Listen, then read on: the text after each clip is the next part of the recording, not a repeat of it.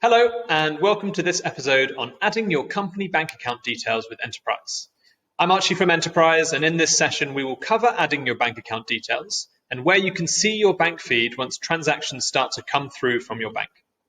So let's get you started so you can record your payments. The first thing that you're going to want to do is to come into the Accounts tab here within the Banking module. You need to add your bank accounts in order to be able to record payments and reconcile your bank account. Note that for UOB accounts, you will not see any live bank feed until UOB enable the account for you. Now, to add your bank account, just come down here and press to set up new bank account.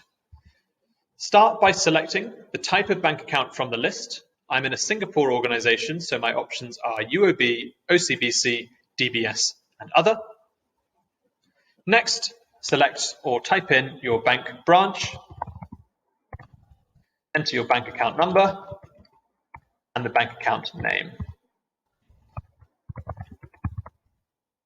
Select the currency for this account as well. And for the system account linked, just select the GL account from Enterpryze that will link to your bank account. This will be used as part of the bank reconciliation to match up your live bank transactions with the transactions posted in Enterpryze. So I'll select one here and then come down and just press to add bank account after ticking, accepting the terms and conditions. I'll close this for now and we can take a look at the ones that I have added previously. There's a few options now that it has been added. You can make an account default, select a bank account as the default for your organization. The first bank account that you add here will be set as default automatically, but you can change this with this button.